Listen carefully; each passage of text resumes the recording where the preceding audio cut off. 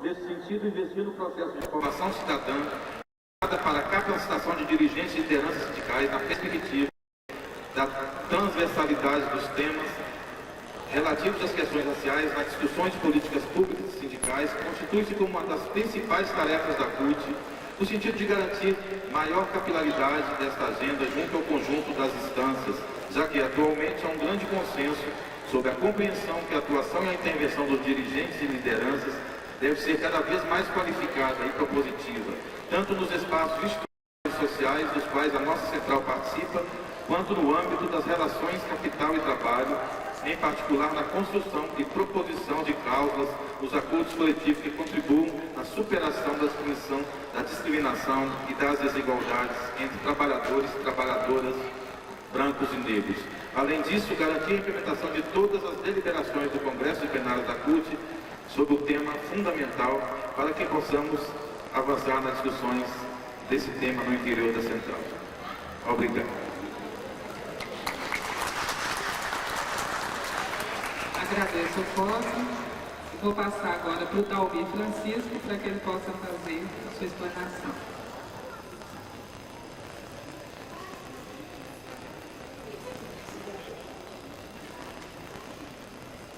Bom, boa tarde a todas e todos.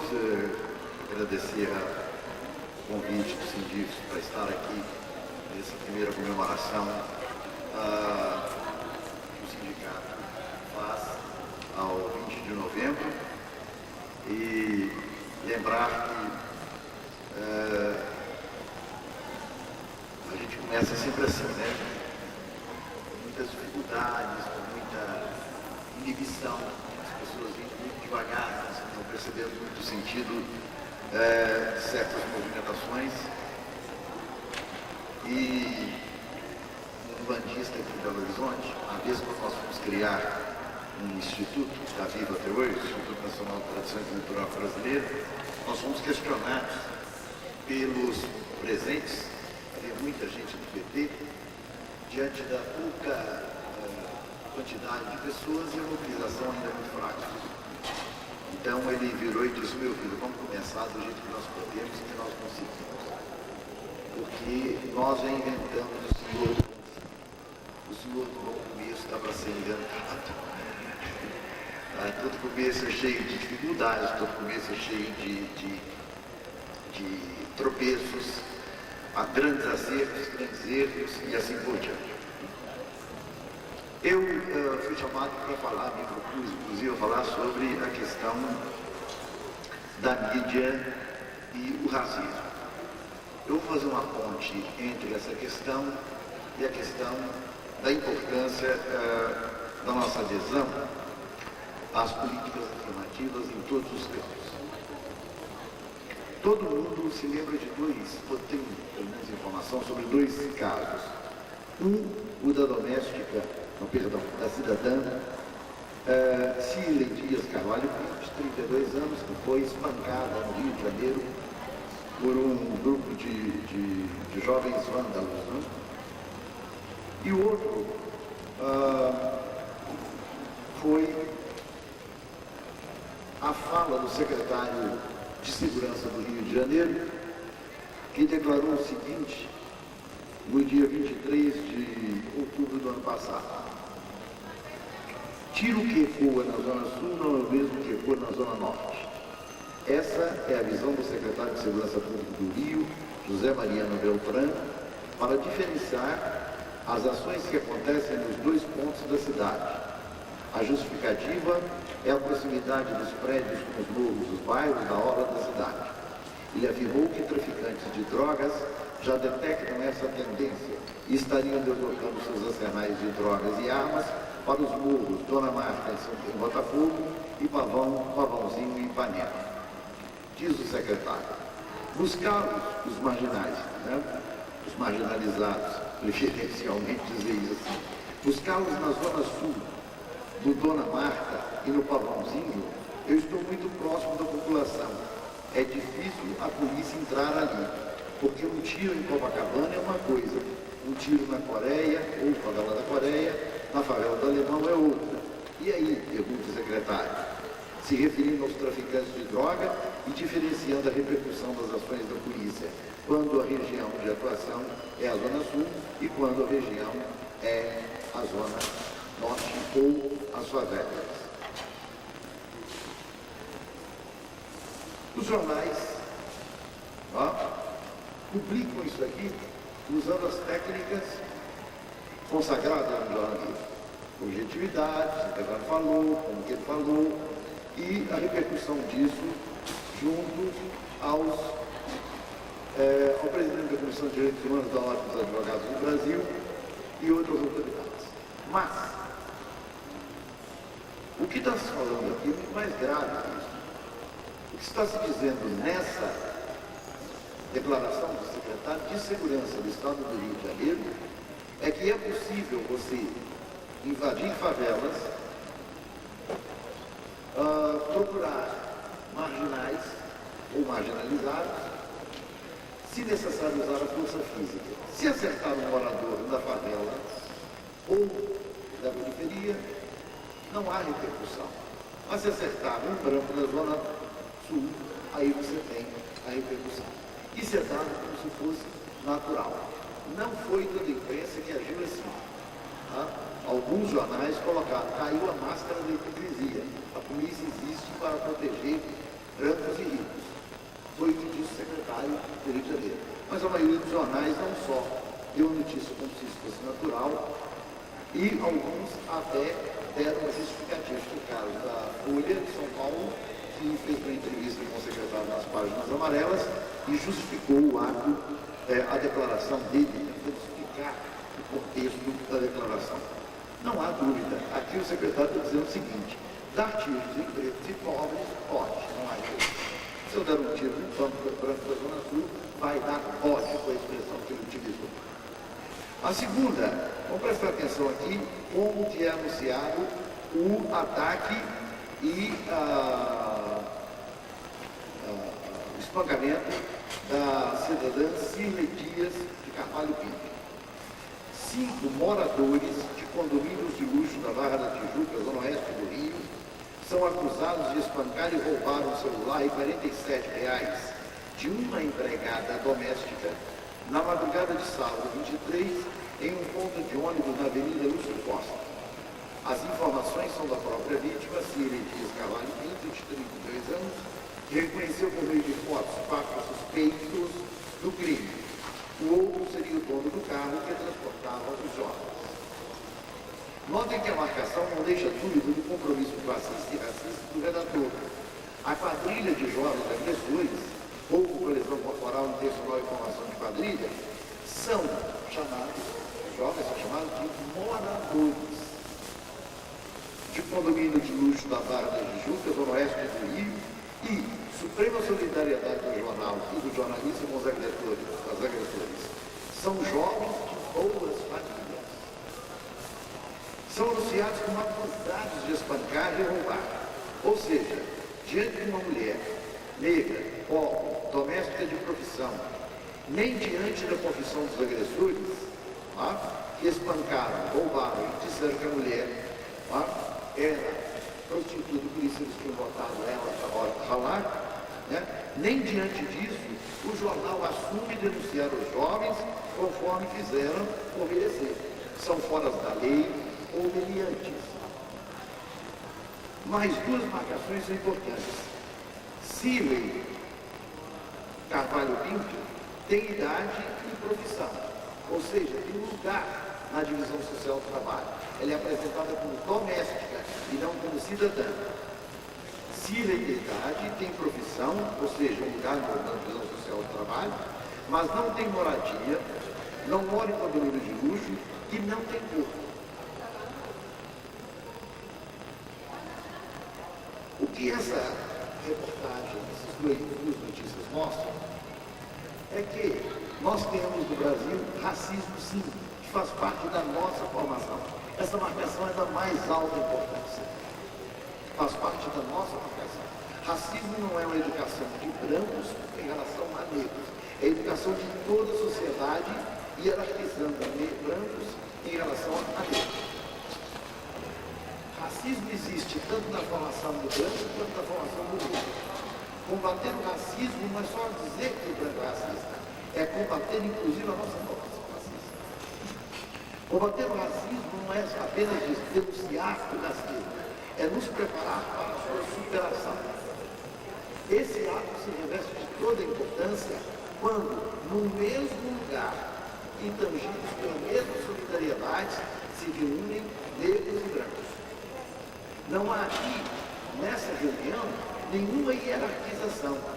Não há aqui nessa reunião nenhuma solidariedade de um em relação ao outro, mas um compartilhamento do espaço, um compartilhamento de uma intenção, que é de diminuir diferenças e que é superar formas de discriminação e desqualificação do outro, mas que também implica em discriminação do próprio discriminador. Por que isso? Toda a história do racismo no Brasil, sobretudo com o fim da escravidão, a necessidade de mão de obra que traz o imigrante para o Brasil, mas que é trazido para cá para enfrentar condições de trabalho e uma mentalidade do nosso nascente empresariado que tinha a escravidão no seu horizonte. Portanto, o imigrante ele é tratado como um semi-escravo. Ele não é tratado como escravo porque, na verdade, ele tinha propriedade do seu corpo. Isso juridicamente muda tudo. O trabalhador não é escravo. Mas, do ponto de vista de negações de direitos, do ponto de vista de repressão das formas de organização, do ponto de vista de desvalorização e desorientação inclusive para a polícia, o que foi válido para os negros também foi válido para o trabalhador branco e branco. Isso não quer dizer que o racismo contra o negro, e isso é importante, o racismo no Brasil só existe no negro. Não tem um único livro escrito no Brasil justificando o extermínio dos índios, por exemplo. Genocídio, por exemplo. Não há nenhum livro, uma única linha escrita justificando, por exemplo, a violência praticada contra os imigrantes chineses, sobretudo no final do século retrasado e início do século passado. Mas contra os negros, você tem documentos escritos que vão tentar eliminá-los desde 1824, quando o Brasil, 2 anos depois de independente, tinha se constituído uma nação, descobriu que não tinha nada. Bom, o que essas duas reportagens mostram? Que o racismo está dentro da nossa formação. Nós nos pronunciamos, a pronúncia contra o racismo, contra o negro, e na medida que é contra o negro, também contra o homem. Não é à toa que nós fazemos essas associações na brincadeira, né? Lindo e loiro, né? Negro e pobre. E quando o negro é rico, nós colocamos outro adjetivo aí. Ao invés do negro e rico, nós colocamos normalmente na nossa fala, educados para o racismo, o adversativo mais negro, mais pobre. Como vocês já devem ter ouvido, a frase negro mais inteligente, negro mais de traços finos, negro mais educados e assim por diante. O que prova essas duas reportagens é que o jornalista, mesmo sendo tendo curso superior e sendo educado para redigir, o que ele pensa, o repertório que ele traz é o repertório racista. Aqui a doméstica é negra, a cor não aparece. Aqui a doméstica não é cidadã, mas não é tratada como cidadã. É tratada pelo seu lugar na hierarquia social. Aqui o jovem agressor, meliante, eles estão todos na cadeia, em regime fechado, são tratados como jovens moradores da Zona Sul, de condomínio de luxo e filhos de boas famílias, atenuantes para os agressores. O secretário mal disfarça a fala dele. Se der tiro na Zona Sul e acertar um branco, vai dar bote. Essa é a expressão que usou. Dá tiro no pavão, não vai ter. Isso tem uma sequência no jornal. Quando você diz que a Chile, que é negra, você está fazendo algumas coisas pesadas em relação a ela, mas em relação ao negro. E também em relação às outras minorias. Porque a Shirley aqui, ela é muito importante. Ela é negra, ela é mulher, ela é trabalhadora. Então, ela carrega no corpo todos os signos da inferiorização das pessoas no Brasil. Tá? Na relação de gênero, tá? Os jovens justificaram. Nós pensamos que ela era prostituta e voltamos ela para lá. A declaração deles, a polícia. Tá? A cor dela desaparece, mas aparece na forma do escondimento, na forma da negação. Negação da cidadania, negação da condição humana da mulher. Ninguém pergunta como ela está se sentindo. Nenhuma reportagem a entrevistou. Tá? Então isso significa naturalizar a discriminação racista. O secretário fala naturalmente, ele fala, tá, em podemos dar tiro em principal para não fazermos dar tiro em branco da classe média da Zona Sul. Naturalidade. Isso se chama naturalização da discriminação racista. Um esforço de tornar invisível o negro. E tornar invisível é tornar invisível os seus direitos, tornar invisível o seu direito à cidadania, tornar invisível o seu direito ao protesto, tornar-se surdo ao protesto desse negro, tornar-se surdo às suas reclamações, às suas reivindicações. E o mesmo se faz em relação à mulher, o mesmo se faz em relação ao homossexual, o mesmo se faz em relação ao portador de necessidades especiais, à criança, ao adolescente, ao adulto e assim por diante. É uma narrativa de um sujeito que não tem história, não tem passado, não tem presente. Chile não mora. Ela é só uma doméstica. Dar tiro no pavão balãozinho pode, matar pessoas inocentes durante a batida policial pode. No Sul não pode. Em qualquer lugar do mundo, o secretário seria demitido imediatamente. No Brasil, o governador do Rio de Janeiro, que é um jovem político genocida, tá? Não só apoiou, como deu mais força ao secretário. E pior, o Jobim, que é o ministro da Segurança, reforçou as declarações do secretário de Segurança Pública do Rio. Não? O ministro Nelson Jobim reforçou a declaração do secretário de Segurança do Rio de Janeiro, José Maria Beltrán, de que o tiroteio na zona sul da cidade é diferente do tiroteio na periferia. Tem um efeito completamente distinto, disse o ministro Nelson Jobim. Vocês mesmos da imprensa valorizam esse sentido, afirmou ao ser questionado a respeito das declarações de Beltrán, ou seja, o mais alto chefe das Forças Armadas no Brasil e da segurança no Brasil, Nelson Jobim, apoia a declaração racista e classista do secretário do Rio de Janeiro. Então, isso é uma narrativa de que o negro não tem história, de que ele é socialmente isolado, é um indivíduo qualquer, indivíduo. Tá? E por fim, tá? É uma narrativa de um sujeito que é colocado na condição de ser sem vontade e sem voz. Como é que se faz isso? Ele vai defender os direitos humanos e é desmoralizado por uma saraivada de agressões de repórteres que vão desde um desclassificado da Atena e outros parecidos com ele, a sofisticados discursos a favor da segurança, sem dizer exatamente segurança de quem e para quem.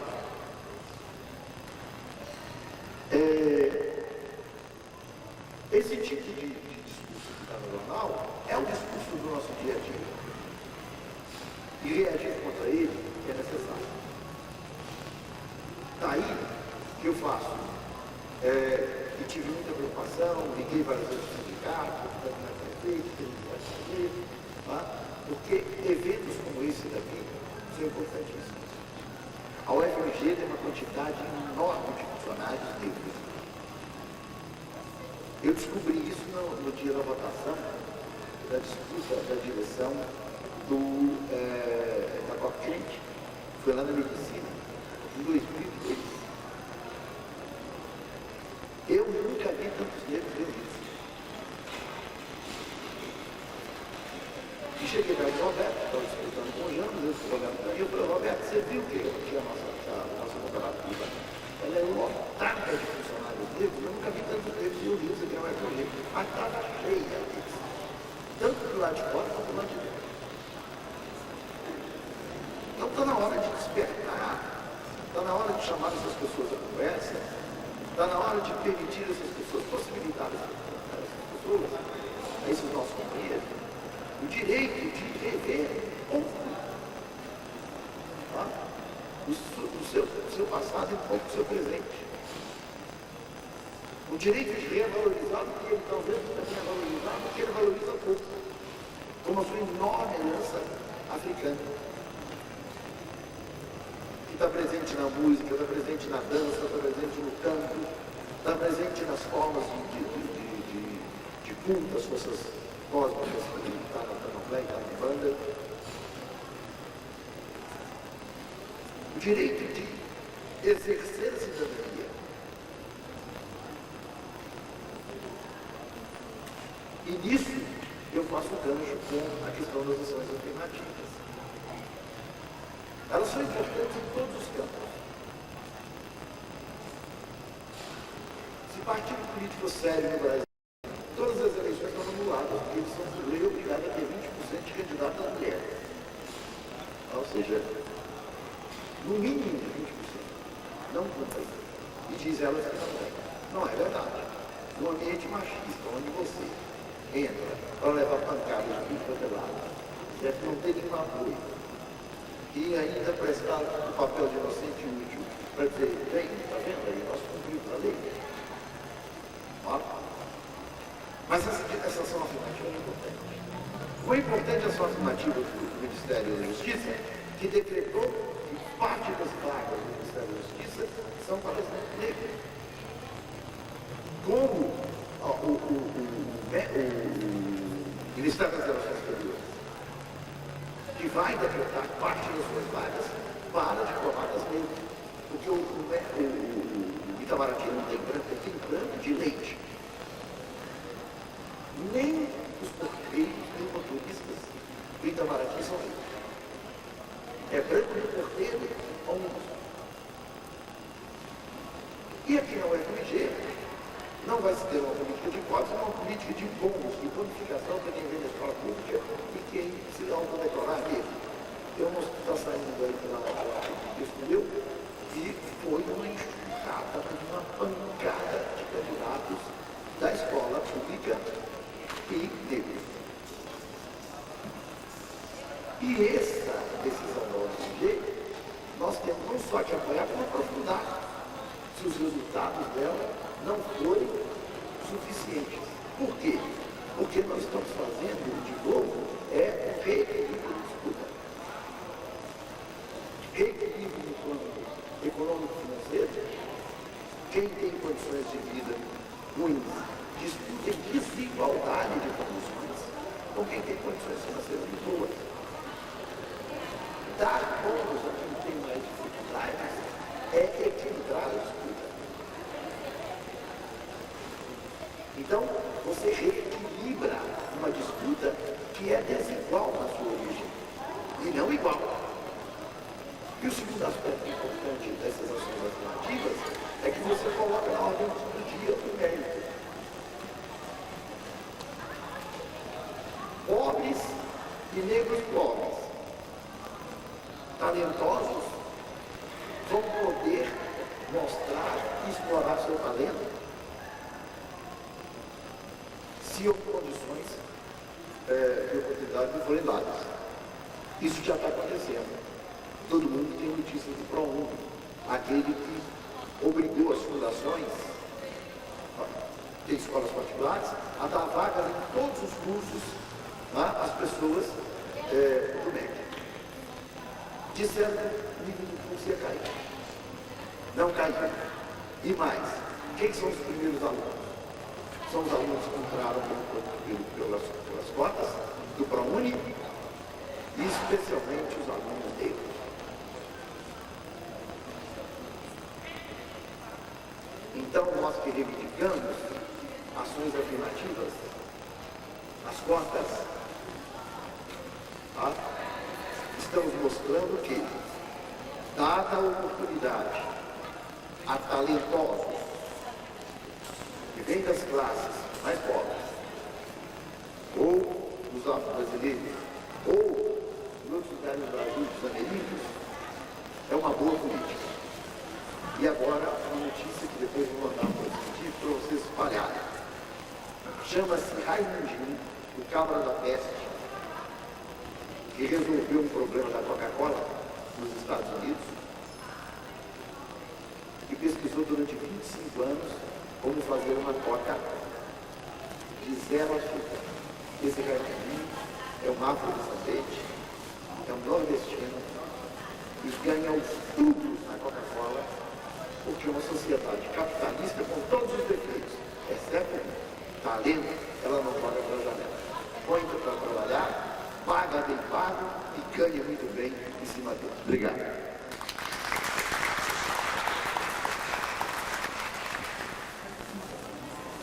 Obrigada, Dalvi. Dando continuidade ao nosso debate, vou passar para o Anderson, que vai falar sobre as políticas de ações afirmativas, né, de modo geral e especificamente aqui no Executivo. Boa tarde a todos. Fico muito feliz com o convite de compartilhar com vocês aqui esse debate. Bom, seguindo o caminho já foi criado pelo professor Dalmi, o colega aqui, vou falar um pouco sobre das ações afirmativas. Bom, começando pela questão do conceito, né? O que quer dizer uma ação afirmativa? Bom, seria no caso o conjunto de ações privadas ou políticas públicas que tem como objetivo reparar aspectos discriminatórios que impedem o acesso de pessoas pertencentes a diversos grupos sociais às mais diferentes oportunidades. Ou seja, essas ações afirmativas, elas podem ser feitas tanto pelo governo federal, na hora que levanta uma política de cotas, quanto, por exemplo, pela CUT, quando começa a discutir essa questão das ações afirmativas dentro de um organismo tal como o IDEC, da sociedade civil. Ou então, por exemplo, quando um banco reserva uma porcentagem das suas vagas para que elas sejam preenchidas, por exemplo, por mulheres, ou então por negros, ou então por indígenas, ou seja lá qual segmento populacional. Então, essa ideia de ação afirmativa ela é muito ampla. E quando a gente começa a falar sobre ação afirmativa, a primeira coisa que vem à mente da gente é a cota. Eu sou a favor ou eu sou contra? Eu vi na Veja que teve aquela reportagem dos gêmeos, da UNB e todo aquele caso. Só que essa questão das ações afirmativas é muito mais complexa do que esse discurso traz para a gente. Bom, e qual que é o objetivo das ações afirmativas? Reparar as desigualdades que existem na sociedade. Então, parte do pressuposto de que a sociedade que vivemos ela é desigual. E dessa forma, tratando os desiguais de forma igual, a gente reproduz essa desigualdade. Esse é o ponto principal. Então, as políticas universalistas que existem, de todos são iguais perante a lei, logo todos devem ser tratados da mesma forma, não atingem seus objetivos e, no fundo, reproduzem as desigualdades. Essa é a ideia que está no fundo das ações afirmativas. Bom, e, além disso, é importante falar também que as ações afirmativas, elas já estão em curso há bastante tempo. E a gente, na nossa vida cotidiana, a gente lida com elas. Por exemplo, o Dalmi falou agora há pouco sobre essa coisa da legislação eleitoral, falando especificamente sobre as ações afirmativas voltadas para as mulheres. Outro exemplo interessante é a Delegacia Especial para as Mulheres. Então, o que acontece? Existem delegacias especializadas em investigar e combater a violência contra a mulher. Ora, se homens e mulheres são iguais, qual o motivo, por que a necessidade de uma delegacia específica só para elas? Bom, delegacias existem para evitar que as mulheres que deixem de ser contempladas com a legislação que é específica para garantir os direitos delas. Então, pensando numa mulher que foi vítima de violência doméstica, ela vai chegar, na sua grande maioria, num ambiente de delegacia, que é um ambiente inóspito, pelo menos o que a gente imagina, para uma mulher que acabou de ser vítima de violência doméstica, um ambiente predominantemente masculino, e onde é a delegacia, o lugar onde tem bandidos, criminosos. Então, nessa delegacia comum, ela não seria bem atendida, ou atendida tal como deveria. Daí a necessidade de se implementar delegacias especializadas para atender as mulheres nesse ponto. Pensando no caso dos... e por que é necessário esse tratamento diferenciado em relação às mulheres? Porque as mulheres são iguais aos homens e também diferentes ao mesmo tempo. Por causa da dupla jornada em casa e no trabalho, por causa do preconceito que existe, por causa da pior remuneração, a necessidade de cuidar da família, dos filhos, tudo isso são motivos que justificam ações afirmativas voltadas para as mulheres. Um outro exemplo que está bem comum, bem próximo da gente, no caso dos portadores de necessidades especiais. No trabalho, existem leis, existem cotas específicas para os portadores de necessidades especiais nos concursos públicos. E até hoje eu não vi nenhuma reclamação falando assim, isso é errado. Reservar 5% das vagas para quem é cadeirante ou quem não enxerga. Por que o Estado e algumas empresas batem nessa tecla? Porque elas entendem que, apesar de todos serem iguais perante a lei, alguns segmentos sociais, no caso dos portadores de necessidades especiais, para que eles se tornem iguais, é necessário tratá-los de forma diferente. Outro exemplo voltando nessa questão de homens e mulheres, é a questão da legislação previdenciária. Homens e mulheres também precisam de trabalhar tempos diferenciados para se aposentar. Os exemplos são vários. Quando a gente pega o ônibus, a cadeira os assentos reservados para os idosos. Então, se a gente caminhar pela rua e lançar um olhar mais atento para essa questão, a gente vai ver que essa questão, esse tema das ações afirmativas, elas são próximas da gente o tempo todo. E essas ações afirmativas para os negros, elas já estão acontecendo. Só que essa questão torna mais evidente e começa a criar uma grande polêmica a partir do momento que a gente leva em consideração um tipo específico de ação afirmativa voltado para a população negra, que é a questão das cotas. Bom, e o que seria a cota na universidade? Que é uma reserva de vagas para corrigir determinadas desigualdades que existem na sociedade brasileira. Qual que é o motivo? Corrigir essas desigualdades do sistema educacional. Já que a gente tem visto que a escola, e principalmente a universidade, essa instituição que a gente está agora, ela tende a reproduzir as desigualdades que estão fora dos muros, lá no externo da universidade. Então, parte do pressuposto de que a universidade, ela contribui para essa segregação dos negros na sociedade. Então, a universidade aumenta a desigualdade que já existe. Esse é um ponto interessante. Muitas vezes as pessoas falam, mas a instituição de cotas vai causar o racismo. E quem defende as ações afirmativas, quem defende a política de cotas, já parte do princípio que o racismo já existe, ele já está implementado. E outro ponto, a desigualdade racial, ela existe também. Então a cota é um dos vários mecanismos para se diminuir essas desigualdades. Bom, são várias ressalvas importantes que a gente tem que fazer aqui. Em primeiro lugar, as cotas elas não têm a pretensão de acabar com o preconceito racial. Porque o preconceito é uma coisa subjetiva. Eu tenho preconceito com várias coisas, você tem os seus, cada um de nós tem os seus preconceitos. É uma coisa que faz parte da minha Constituição. Tem gente que fala, eu não gosto, por exemplo, de carro da Fiat, mas porque é ruim, sempre dá problema. É um preconceito, uma coisa que está nela. a pretensão das cotas é diminuir a desigualdade racial.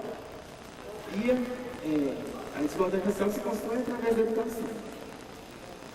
Então, diminuir através das cotas, a partir do momento que só voltando aqui, as cotas, que é uma confusão que as pessoas fazem também, as cotas não são medidas eternas. Um exemplo, as universidades agora estão implantando as cotas. Então vai ser sempre assim. Todo o sistema de cotas, ele tem um prazo para começar e um prazo para terminar. E esse prazo, ele é calculado de acordo com o tempo necessário para diminuir essas desigualdades. Que é o que o professor Dalmin falou agora há pouco. A UFMG está começando um sistema de ação afirmativa, que é o bônus. O bônus não é a mesma coisa que a cota. Para quem não sabe, o bônus é um acréscimo na nota de pessoas que vêm de escola pública ou que se autodeclaram como negros. A cota é uma reserva de vagas específica. Então, a partir do momento que a cota fala assim, o sistema, uma universidade fala, estou implantando o sistema de cotas. Primeira coisa, ela está falando o seguinte, há um comprometimento dessa instituição, um comprometimento explícito, pelo menos do ponto de vista formal, da instituição do compromisso de corrigir as desigualdades educacionais. Outro ponto que diferencia a cota. Na cota, admite-se que o mérito é diferente de meritocracia, que é um ponto que o professor Dalmin discutiu também um pouco, né? Que quando se fala, vamos implantar um sistema de bônus na universidade, a impressão que eu tenho é que, vieram várias pressões, a gente está vendo que a universidade está sendo pressionada e vamos fazer alguma coisa a respeito. A meu ver, foi tomada a solução mais conservadora, mas eu concordo com o avanço. Agora, é bem diferente, por exemplo, do sistema de cotas, onde se estabelece esse determinado segmento populacional vai concorrer com os que estão em igualdade de condições deles. E esse ponto é muito importante porque a adoção de sistema de bônus ou sistema de cotas representa, a meu ver, nos dá indícios de começar a mapear as possibilidades de transformação efetiva nesse quadro que a gente almeja transformar. Bom, necessariamente ligado a essa questão das cotas, é importante discutir também a questão do mérito. Né? Afinal de contas, que mérito é esse? Não podemos confundir mérito com meritocracia. Onde existe mais mérito? Uma pessoa que teve todas as oportunidades de estudar, seja por conta da sua condição socioeconômica, seja por conta da sua condição racial ou de origem, ou aquela pessoa que está no polo oposto. Será que podemos tratar todos de forma iguais e admitir que todos aqueles que entraram na universidade têm mais mérito porque passaram nessa prova, nesses exame de seleção? São questões que devem ser levadas em conta para a gente ver que esse debate sobre cotas ele é muito mais complexo do que eu sou a favor ou sou contra. Mas está ligado a todo o conceito de uma discussão sobre ações afirmativas, né? E toda uma ideia que está na base de que se detectamos a desigualdade, se tratarmos os desiguais de forma igual, essa desigualdade tende a se manter.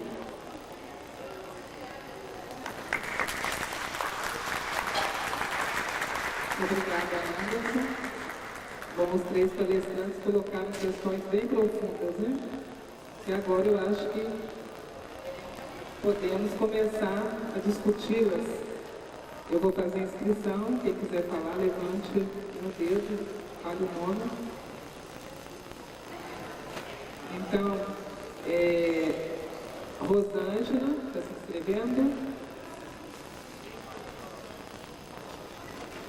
Mais alguém? Rose. Mais alguém?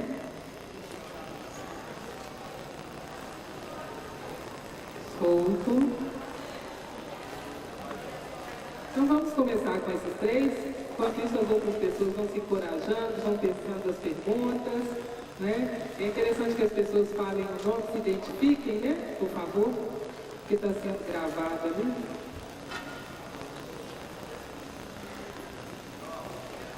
Bem, boa tarde a todas e a todos. Meu nome é Rosângela, sou servidora da UFMG, lotada na Faculdade de Educação, trabalhando em um programa na Faculdade de Direito, que é o programa Polo de Cidadania. É um programa interessante e trabalha, de certa forma, com uma proposta também de inclusão de uma camada da sociedade que também passa por risco social, agressões, violências, das mais diversas possíveis. É um programa bem interessante, porque se a gente tiver mesmo depois aprofundado essas questões das políticas sociais, poderia estar trazendo esse outro tipo de debate, outro tipo de necessidade de inclusão para o nosso diálogo, para nossas relações universitárias. Mas eu primeiro queria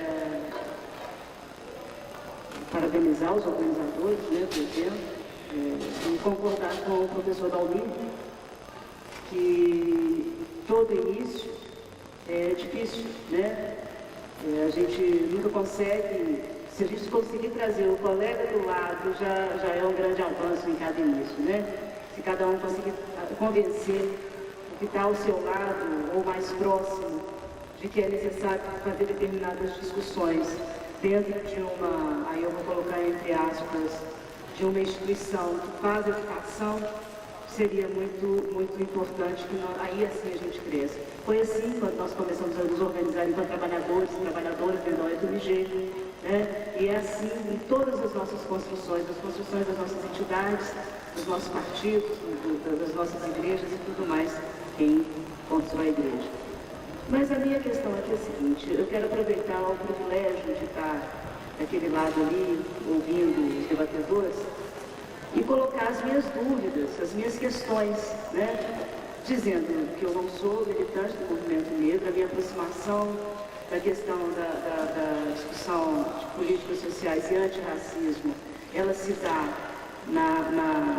no diálogo e na interface que eu acho que tem que fazer com a educação, com a nossa formação cidadã. E aí eu entendo também que a reparação ela não deve ser e não deve ser entendida como reparação racista, mas uma reparação inclusiva, uma reparação, e aí é assim que eu entendo cotas, e é assim que eu entendo ações afirmativas, que para mim cota é um processo, concordo, de ações afirmativas, mas eu não sei se o meu entendimento está correto, porque eu não sou estudiosa, não sou militante dessa questão, e venho muito mais pela preocupação com a formação do cidadão, do trabalhador compromissado e consciente de qual é o seu papel, qual é o seu fazer na instituição e na sociedade. E aí fica uma questão para mim que é complicada, e eu queria ouvir a posição dos palestrantes, da CUT também, principalmente da Central Única dos Trabalhadores, que é a seguinte, nós sabemos que hoje já é programa Ações Afirmativas, né? Começou como um projeto, evoluiu e hoje já é um programa, o que já é uma conquista, né, de quem luta por inclusão e por políticas sociais dentro da UFMG. Mas nós sabemos que para ser completo, por exemplo, ações afirmativas, principalmente, tem um trabalho dentro da UFMG que faz uma pesquisa sobre memórias e percursos de docentes e discentes na UFMG, trazendo para uma proposta que eu considero inovadora e válida para o avanço do processo de inclusão e da nossa formação, um avanço enorme, mas esquecendo de um terceiro segmento, e que é tão importante quanto o outro. Então eu fico aqui o questionamento para levar, talvez, para o programa, fazer essa discussão, por que não pesquisar percursos e memórias do trabalhador e da trabalhadora negra técnica administrativa. Na percepção que eu tenho, e aí acho que não dá para fazer um diálogo agora, eu estou propondo fazer esse diálogo, nós estamos reproduzindo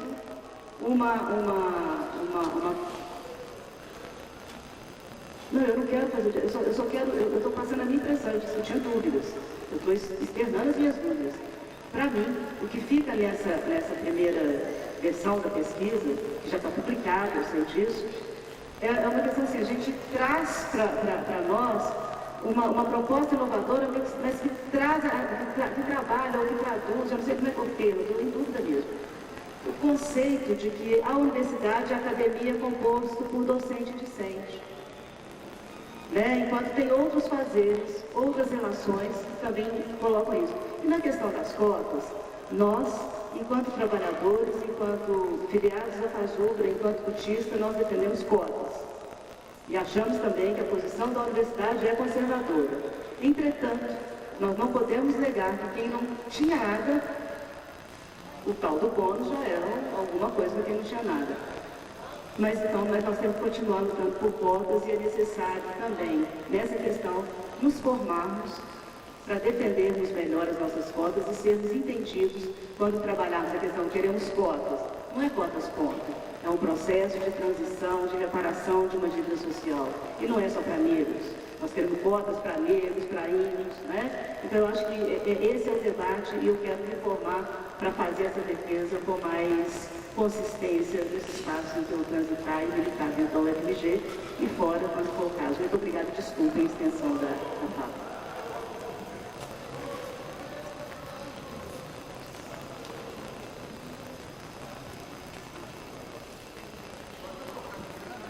Boa tarde a todos. Eu sou Rose, sou trabalhadora do Hospital Universitário, onde nós atendemos a grande maioria de negros e pobres. Grande maioria. Eu não vou fazer comentários, vou direto para a pergunta. Primeiro, eu queria que o professor Dalmir colocasse um pouco o jornalismo no retorno mais positivo. O que avançou? O que da liberdade de imprensa? O que nós podemos falar mais sobre o racismo? Que também não falasse sobre jornalistas, sim pelo monopólio dos jornais, que hoje, que tem uma edição, o jornalista escreve, mas passa por todo o processo da edição. E na questão da CUT e do Anderson também, ele do companheiro Cosme, quando eu estava no Conselho Universitário, nós discutimos cota, e eu fiz uma pergunta, uma indagação no Conselho, e vou fazer agora também para os companheiros e para a mesa. Não corre o risco na questão da cota nós colocarmos um negro rico, aquele negro que pode pagar um pré-vestibular, e nós está inserindo mais uma discriminação aí nessa questão? Obrigada.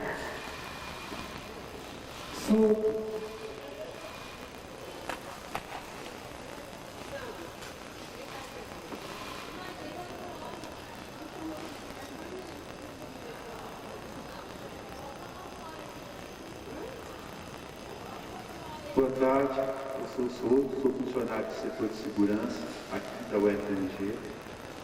Professor Dalmir, a minha pergunta é mais direcionada ao companheiro, sem prejuízo que os demais membros da mesa, se quiser e puderem comentar também, façam.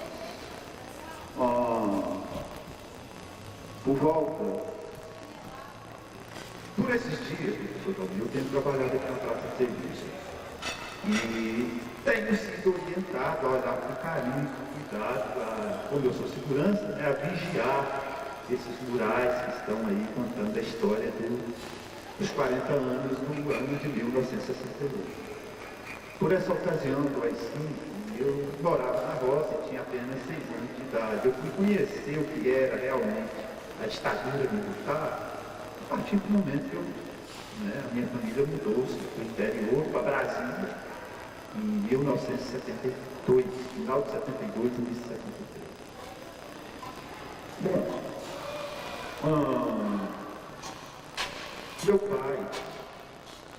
meu pai era negro. E a gente morava na roça. Então ele tinha uma visão de que o golpe militar era uma necessidade, que tinha que estabelecer a ordem. O Brasil estava vivendo uma bagunça. Tinha que ter ordem, tinha que ter ordem. Mas quando a gente mudou para a cidade, a gente então, ele já não era mais vivo, tinha falecido, recentemente falecido. E a gente começou não somente a gente viveu a ditadura militar, porque quem morava em Brasília era o centro do poder de decisão, das decisões que aconteciam. Mas o que eu queria que o professor e os demais membros da mesa, se quiserem, comentassem,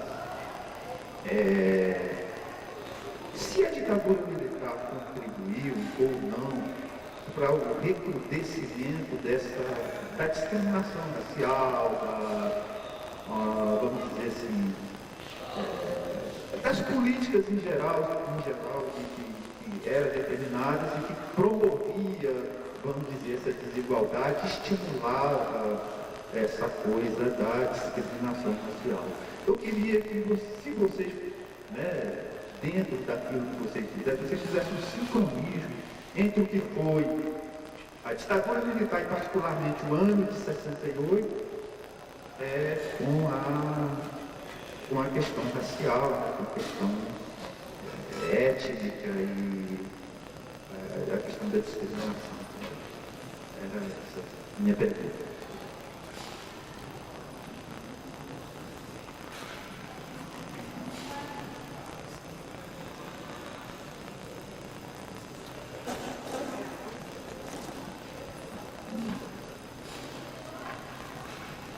Bom, eu estou inscrita ali.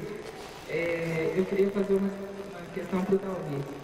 Bem, se a gente for pensar em formas de discriminação e racismo presentes nos jornais, sejam eles escritos, televisados, essa coisa toda, a gente vai ter 1000 exemplos.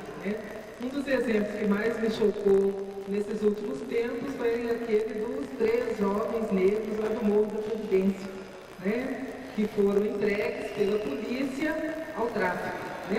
E aí nós temos tantos outros exemplos de discriminação contra a mulher, que às vezes vai a uma delegacia, seja para procurar o filho que foi preso, e aí os próprios policiais, algumas vezes até negros, falam, não, é bandido. E hoje é muito comum, a polícia mata, desaparece, ele tinha envolvimento com o tráfico. Basta ser negro, basta ser pobre, para que esta seja uma justificativa para todas as atrocidades que acontecem. Tinha envolvimento com o tráfico, era negro mesmo, um tiro que mata um em tal lugar é diferente do que mata em outro, como o Dalmi já falou. E eu fico pensando qual é a posição da universidade, que ouve tudo isso e silencia. Então, qual é a ação hoje dos formadores, dos estudantes do curso de comunicação? Por quê? Porque a UFMG, ao silenciar, ela reproduz tudo que está colocado. E nós somos, dito assim a todo canto, uma das maiores universidades desse país. Então, qual é a responsabilidade da UFMG nesse processo de formação? Então, como que estão sendo formados esses novos comunicadores pelos profissionais da FAFISH?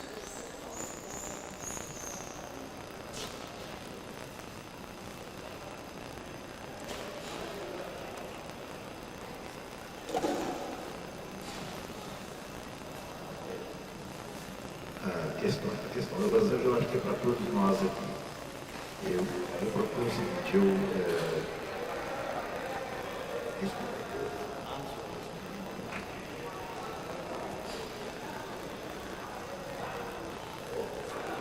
eu concordo, Rosângela, que a questão das ações afirmativas, o objetivo dela é diminuir a desigualdade.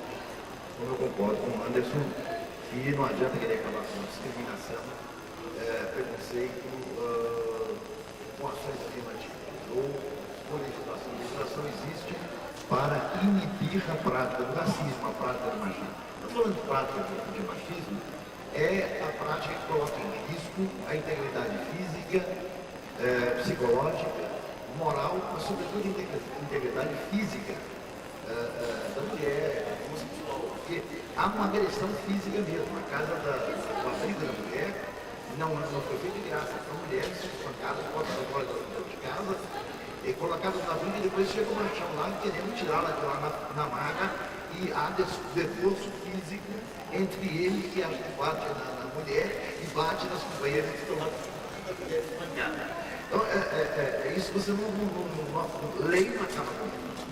Lei inibe. A punição dura inibe. Você não acaba com a política de classe, você diminui a desigualdade. Aí, quando você diminui a desigualdade, vem um processo extremamente importante, que é o de anular o preconceito. Não adianta você ter preconceito se o preconceito não surte o efeito desejado, que é subalternizar, anular, calar, anular ou eliminar pessoas e às vezes populações inteiras. Tá? Eu vou pular, o senhor está ligado aqui com essa questão. A ditadura militar contribuiu para o aprofundamento do racismo no Brasil?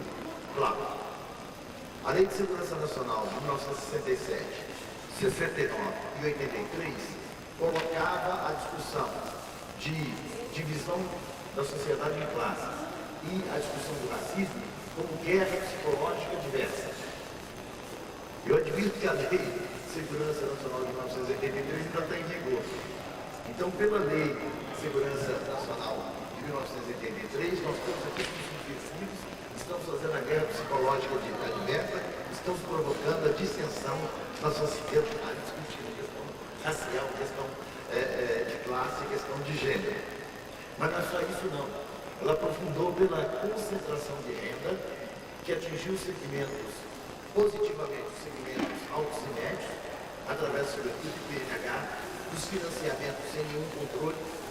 Eu cansei de fazer projetos para meus chefes engenheiros, amigos meus que tinham acesso ao financiamento, em que eles ganhavam dinheiro para fazer, por exemplo, investir numa gráfica para gerar emprego, eles botavam 10% na gráfica, comprando material de terceira, fazendo prédios extremamente vergonhosos do ponto de vista de qualidade, e o resto do dinheiro ia para carrões, sítios e etc.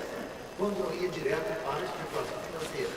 Então houve uma transferência de renda violenta para os segmentos altos e médios da população brasileira, promovido pela ditadura militar. Claro que eles não queriam fazer isso, eles queriam o desenvolvimento econômico. Só que botaram o dinheiro na mão da pessoa que pegava o dinheiro e colocava no bolso. Tá? Até hoje nós sabemos. No Brasil as empresas quebram, os donos não. Aqui em Belo Horizonte tem um caso fabuloso da vinícola que já quebrou não sei quantas vezes. Os bons continuam tendo aplicação ao mostrou o mundo inteiro com aquele elevador que está morando numa casa privada. Ela ajudou também ao arroxo salarial e ao impedir a discussão do racismo no Brasil. Desde 1964 até o início dos anos 70, e depois, ao desclassificar essa discussão até 82, 84, ela prejudicou diretamente não só a tomada de consciência, como a tomada de decisões de superar o racismo no Brasil. Na questão da segurança, você viu agora o que significa ainda estarmos com a memória da ditadura militar como repertório autoritário. O Nelson Jobim, ao apoiar o Beltrame do Rio de Janeiro, estão dizendo que eles estão dentro da ditadura militar. E você pode matar preto e pobre, que essa diferença é socialmente valorizada pelos jornalistas. Pode ser valorizada pelos jornalistas, mas não pode ser valorizada pelo ministro de Estado.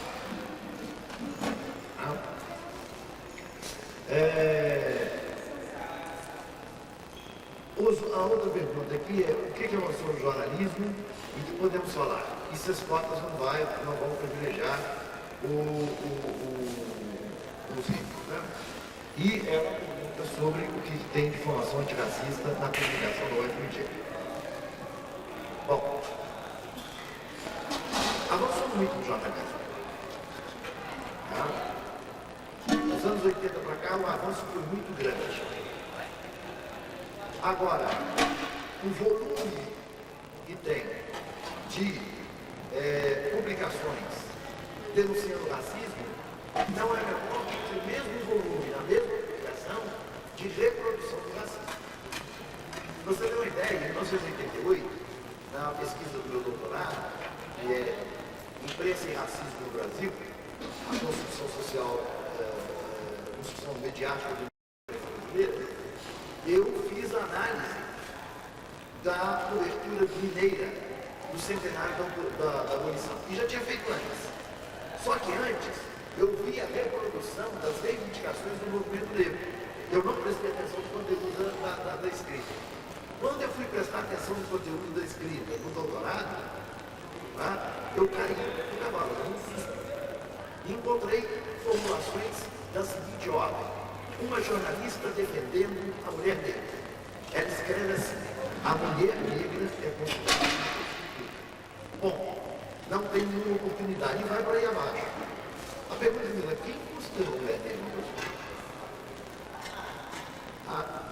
No mesmo jornal, hoje em dia, fez uma das mais espetaculares coberturas do 3 de maio de 88, que é o centenário da abolição. Está lá escrito: a princesa Isabel assinou a Lei Áurea em 13 de maio de 1888, propiciando a 3 milhões de escravos, não tinha isso, mas isso, o direito de serem assaltantes, pipoqueiros, engraxados e vai para aí afora.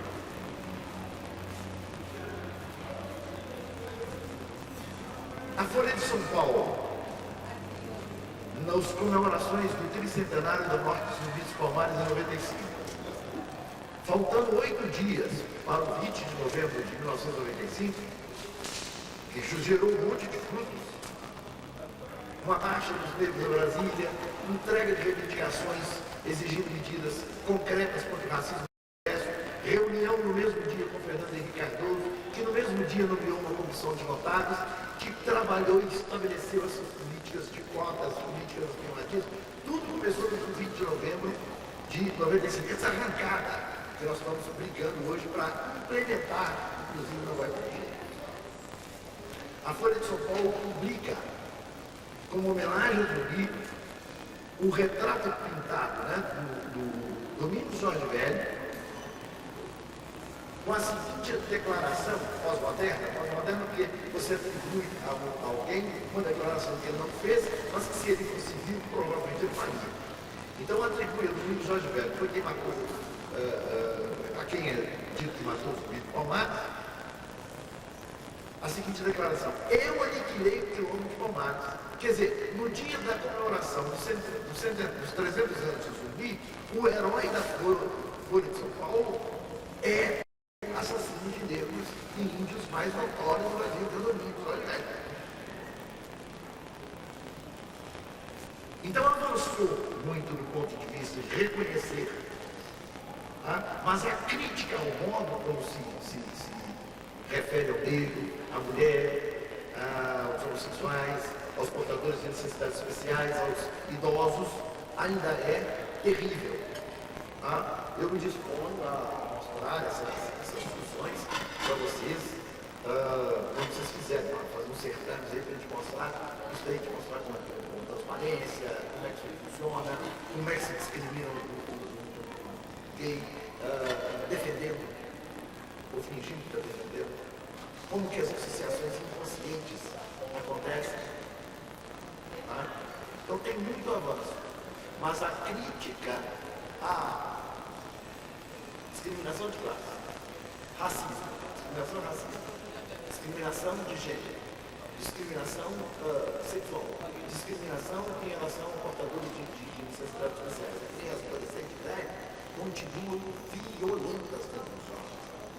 E aí eu passo a sua pergunta, a última pergunta da sua questão. Não há defesa. E pior, eu me coloco na condição de um cara que tem a obrigação de levar para a sala de aula a discussão sobre discriminação racista, classista, sobre machista, da criança, do adolescente, do idoso. Tenho seguido até agora um professor de leitura. No universo de 20 e tantos professores. Mas, pasmem vocês, foi mandado um documento contra mim, assinado por um grupo de alunos, reclamando, primeiro, mentindo em relação a mim, e segundo, colocando a seguinte gracinha: o professor fez arqueologia da homofobia. Para quem não sabe, a homofobia é o temor fóbico, ou seja, temor irracional ao homossexual, à lésbica, né? O professor fez arqueologia da homofobia no Brasil e no mundo. Fez arqueologia do racismo no Brasil e no mundo. ensinou a história do jornalismo, né? Desde os seus primórdios até a modernidade no Brasil. Né? É preciso tomar providências contra esse professor, né? Porque ele está denegrindo a Fafiche, porque não dizer denegrindo a universidade. Né? O documento é assinado por um negro, aluno negro, e por uma aluno homossexual, que sempre era discriminado na sala de aula e interrompia a aula e dava um cacete no machismo. O que tem de grave nesse documento, é que foi aceito pela comunidade. Que o aluno é racista, é racista numa sociedade racista, em um ambiente que se mantém racista, machista, homofóbico e impenitente. E não tem direita e esquerda. Nenhum colega meu de esquerda levantou um dedo de solidariedade. Nenhum. Nem essa agora, nem antes, nem antes. Muito antes pelo contrário. O mais notório esquerdista do meu levantamento, e ele sabe que eu denuncio aonde eu for. Porque eu fui na sala dele e disse para ele fazer isso, aonde eu for te denuncio. Você não veio com essa brincadeira do meu lado, não. Praticou N discriminações contra o meu levantamento. A mais leve é o Dalmir e os seus negrinhos. Dalmir e os seus crioulos. Você não acha que devia ser os nossos negrinhos, o nosso corpo? Você não tem nada de branco. Vai morrer impenitente. Vai morrer impenitente. Porque racismo dá lucro, gente. Você silencia sobre uma crítica feita por um negro, você não se move de onde você está. Você não tem que trabalhar a sua cabeça para você superar o passado. E a direita não espera nunca que ela se manifeste e dê as pessoas que têm, são competitivos, competentes e lutam muito bem. Então, lá não se faz nada. Agora, aí vem um negócio. Quem que tem que reivindicar uma educação anti-discriminação de classe? Educação antirracista, educação anti-homofóbica, educação que compreende a diversidade cultural, étnica e humana. É a comunidade. Não adianta eu lutar com o Quixote. Não adianta. Se um departamento aceita reclamação absurda como essa, em qualquer lugar onde você tem academia trabalhista, está lá. O professor está cumprindo a obrigação dele. Esse mundo tem preto, tem ricos e pobres, brancos, negros e índios, tem mulheres e homens, tem heterossexuais, homossexuais, tem criança, adolescente, está tudo. É obrigação dele mostrar isso. Isso não cabe a educação. Né? Me permita apenas falar o seguinte: cotas não vai privilegiar o negro rico. A cota não tem como privilegiar o negro rico. Não tem como. Mesmo que eles não entram nessa. Eles têm os pouquíssimos negros ricos no Brasil. Eles têm uma coisa que eu noto sempre, né? Uma gana de disputar e ter o melhor lugar, né? Até porque eles sabem que pobre ou rico no país mais racista, ele vai ser discriminado. Ele pode até ignorar, e ignora alguns, e paga por isso, paga financeiramente, para não ter sua conta descoberta. Pagam dentro de festas maravilhosas, regadas bebidas maravilhosas, pagam para ser o negro mais rico, firme, inteligente, o negro mais. Alguns, mas a maioria disputa com branco, desculpa a expressão, mas com uma gana, porque ele sabe, no fundo, com todo o direito dele, ele vai continuar sendo um homem dele. E ele vai querer mostrar que isso não tira dele nenhum mérito. Agora, mesmo que venha beneficiar, sabe qual é a classe média dele no Brasil? 0,3%. Vai ser menos de 1 em 100 durante muito tempo.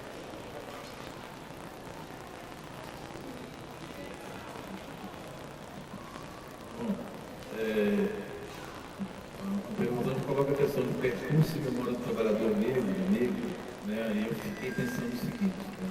O que a gente vai esperar de uma instituição, né, que trabalha também com a desigualdade? Né? Porque o voto do servidor é 15%, o voto do aluno é 15%, e o voto do docente é 70%. Então não é discriminação, isso é até mais que discriminação. Então a gente percebe que a gente vive numa instituição, né, que sequer respeita, né, o trabalhador. Né? Não há a questão da igualdade, não existe nesse processo. Então, eu acho que é fundamental que a gente implemente uma luta, né, para conseguir, né, retirar de cena essa disparidade dos votos. Aí sim a gente vai poder conversar de igual para igual, né, e estar fazendo nossas propostas, tá certo? E aí a negociação pode ser que se dê, principalmente que há igualdade, porque eu acho que na universidade nós não somos tratados como seres humanos. Né? Há uma desigualdade, para mim, assim, que é uma violência, né, que é praticada tanto com relação ao estudante e também com relação ao trabalhador técnico e administrativo. Mas a gente tem que colocar aqui também o seguinte, essa questão, né, essa discussão da questão racial, né, ela é uma discussão que sempre, não só, acho que todas as entidades sempre ficou em segundo plano. E a gente vem sempre batendo nessa tecla. Né? Essa discussão ela tem que ser levada mais a sério. Né? Quando a Rosângela ela fala do paralelo da educação e a discussão racial, eu acho que é isso, eu acho que você mudar o país é educando, tá certo? É a questão da saúde e a questão da educação. Né? E a gente percebe, né, que essa discussão ela não é levada a sério, né? Quer dizer, não é só a questão racial, é qualquer tipo de discriminação, né? Tanto o negro, o gordo, né, o branco, né? A questão da homofobia, da xenofobia. Então é importante que a gente faça toda essa discussão, que eu acredito que é possível mudar o Brasil, né, acabando com a discriminação. Né? É possível começar por aí. Mas só que não é levada a sério, essa discussão não tem vez, né? Nos congressos, plenárias, de todas as entidades, para dizer, não tem vez, sempre fica a desejar, sempre é pensada num cantinho de meia hora, porque as outras discussões, principalmente as discussões de questões financeiras, né, acabam jogando para escanteio, né, esse debate. Então, assim, chega até ser cansativo você fazer essa discussão em determinado lugar. Então, quando acontece de chegar o dia 20, o dia 19, né, e parabéns para os sindicos, né, por esse debate, mas normalmente só se faz essa discussão nesse momento, e vamos lembrar dos negão, senão os negão vão fazer a crítica, que não houve durante o ano todo. Como é que fica essa questão? E aí, a gente tem que colocar o seguinte, não é só a entidade, a própria central, a gente conseguiu, na última plenária, né, aprovar a transformação da Comissão Nacional, né, em secretaria, porque a secretaria vai ter direcionado para a secretaria, né, um montante financeiro para poder trabalhar essas políticas, né, as ações afirmativas que a Corte e o Movimento Negro propõe. Né? Então, a gente percebe que a Comissão Nacional, de que forma que ela funciona? É uma comissão que ela é eleita dentro da plenária dos sindicalistas negros que acontece anualmente, onde, por um acordo político, os eleitos são votados pelas bases. Mas, na verdade, o que acontece? As bases, às vezes, há divergência de base e acaba a base não mandando. O seu representante esvazia a comissão. Então, isso é uma luta de anos e mantendo essa comissão que agora a gente vai transformar em secretaria.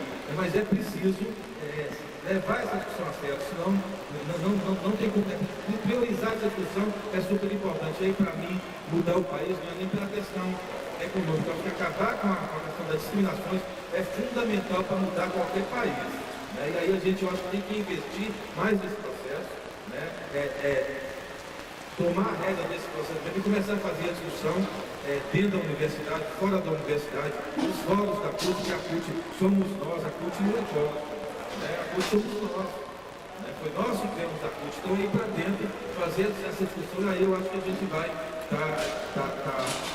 produzindo políticas afirmativas e minimizar, e por que não sonhar, né, com acabar com essa questão da discriminação. Com relação a essa questão de beneficiar o negro, essa questão do bônus, primeiro que nunca, né, porque o bônus é para alimento de escola pública. Eu nunca vi um negão rico estudar na escola pública. Eu nunca vi. Mesmo que o negão rico estudar, eu acho que a gente não tem, é o mínimo que o elemento, como ele mesmo colocou, o percentual mínimo, quase invisível. Né? Agora, eu particularmente discordo dessa política de 15, 15, 15, quer dizer, é 15 para voto, é 15 para bônus, né? O que tem por trás desse livro? Parece uma coisa cabalística, né? Voto é 15, bônus é 15, entendeu? Então acho que a gente tem que prestar mais atenção nessa questão. Eu acho que um estado como o nosso, que tem 56% negro, me parece, 46%, eu acho que 15% não contempla, né? E aí a visão que prevalece é a visão do docente, né? Em segundo lugar, a gente sabe que está o estudante, os professores, e a gente em terceiro lugar, com o nosso voto de 15%, continuar nem para ganhar para o Estado. Então fica difícil.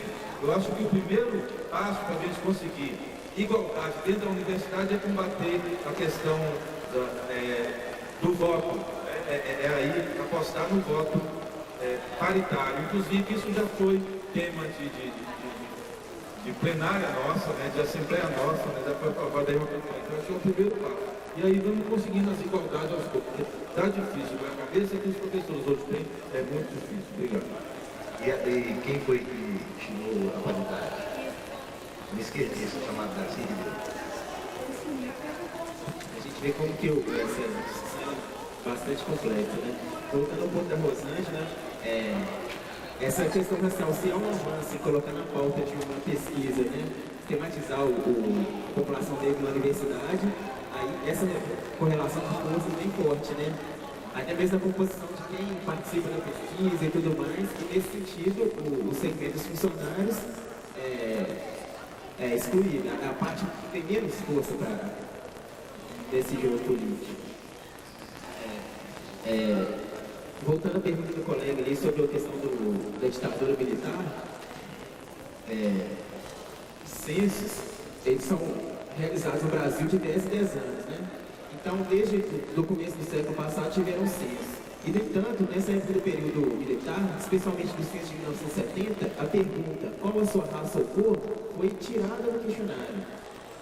Então, esse é o mais indicativo de como que a preocupação da ditadura militar em deixar essa discussão sobre a questão racial para o segundo plano. Tanto é que quem estuda o tema, os estudiosos que vão buscar nos ciências informações, para ver, por exemplo, como que a população negra do Brasil aumentou e diminuiu, na hora que chega no censo de 70, falta um dado. Então, a partir do momento que se tira essa questão do questionário, se pergunta sobre tudo, educação, saúde, todos os temas, e não se pergunta sobre raça. Bom, falando agora sobre essa questão dos sistemas de cotas, né? Não deu para falar aqui na primeira parte, mas todas as pessoas que defendem cotas para negros nas universidades, pelo menos a grande maioria delas, defende a cota para negros e para pobres, né? E essa questão das ações afirmativas, das cotas, esbarram também na questão da autonomia universitária. Então, cada universidade tem liberdade para montar o seu sistema de cotas. Aqui na universidade, optaram pelo bônus, seguindo o exemplo da USP, da Unicamp e de outras. Por exemplo, nos 3 estados, das 3 federais dos estados do sul do país, Rio Grande do Sul, Paraná e Santa Catarina, inclusive Santa Catarina é o estado que tem o menor percentual de população negra. Lá existe cota para negro, para pobre e para indígenas também. No lugar onde a população negra, eu acredito que não passa de 5%. Mas essa preocupação da reserva de vagas. Então esses arranjos de quantos por cento, se é 15, se é 20, se é 40, eles variam. Por exemplo, porque a gente sabe que na UENG tem cota. Da UENG é o seguinte, 20% de cotas para negros, 20% para alunos de escola pública e 5% de indígenas e portadores de deficiência física. Esses números eles variam de acordo com a universidade.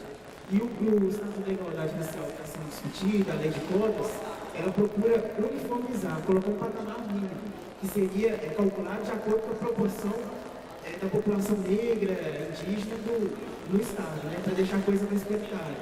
Porque no caso, Minas, por exemplo, tem metade da população que é negra, só que aí, no caso da UENG, por exemplo, só 25% entraria para as cotas, mesmo sem haveria uma defasagem. E um sistema interessante, por exemplo, na UERJ, né, no Estado Estadual do Rio de Janeiro, as cotas são assim, aí tem uma determinada faixa de renda e o pertencimento no eixo racial. Então, por exemplo, se eu vim de uma escola particular, se eu sou um caso raro, eu vou concorrer com aqueles negros que estudaram também em escola particular, assim como eu. Então, naquela faixa de renda, para deixar a coisa mais justa possível, né? E outra coisa também, alguns estados do norte do país, a população indígena é muito grande, né? Então, nesse sentido, não faz sentido, mas também falar uma cota para negros grandes, sem colocar uma cota para a população indígena menor também. Essas variações regionais devem ser bem fortes.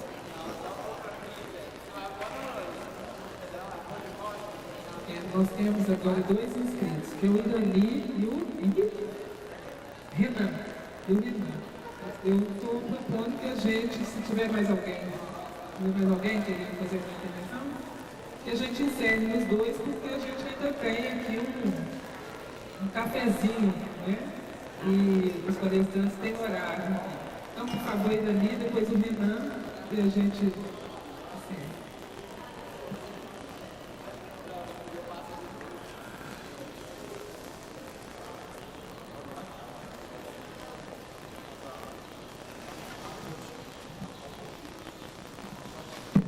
Vou fazer uma analogia aqui que talvez nem eu entenda.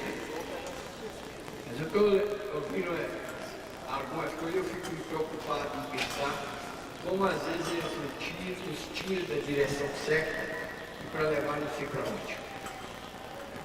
Então hoje, quer dizer, para fazer uma analogia com a clássica, quer dizer, a medicina hoje, né?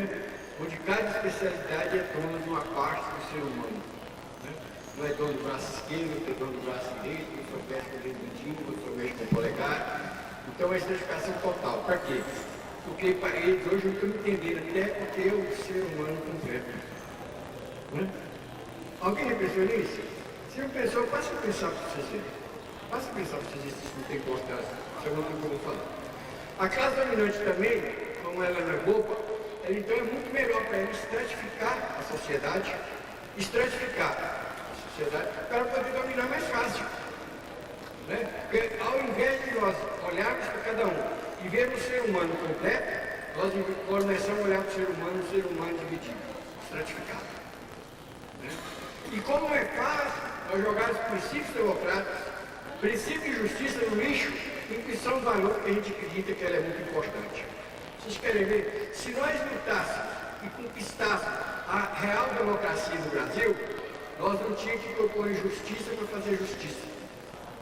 Nós não tínhamos que propor lutar contra a desigualdade para fazer igualdade e vice-versa. Né? Bastasse que nós cumpríssemos, por exemplo, que houvesse democracia onde fosse respeitado o direito de todo cidadão. Mas na medida que eu esqueço que eu sou um cidadão, né? Eu sou um deficiente físico, eu sou um negro, eu sou homossexual, eu sou isso, eu sou aquilo, não sei, né? Muitas das vezes eu perco a luta pelo central. Essa é a minha grande preocupação. Se prevalecesse a democracia conforme a nossa Constituição, era justo e correto lutar por cota? Não. Porque isso é um desrespeito ao princípio democrático que está na Constituição, onde todos devem ter direito a tudo, a saúde e a educação, no total. Né? Essas coisas não são de meditar, porque a classe dominante extremamente esperta, ela nos incentiva a dividir. E nós, às vezes, nos fazemos isso com a maior tranquilidade, até com muita consciência no mês que nós estamos avançando. Eu tenho as minhas dúvidas. Então, eu comparo essa estratificação como eu coloquei a questão do médico. Então, quer dizer, uns acham que é mais importante, o negro ou o branco. Né? Quem é mais importante, o deficiente físico ou que diz que não é deficiente, que alguém deu uma atestado que não é deficiente? Deficiente de quê? Deficiente de quê? Né?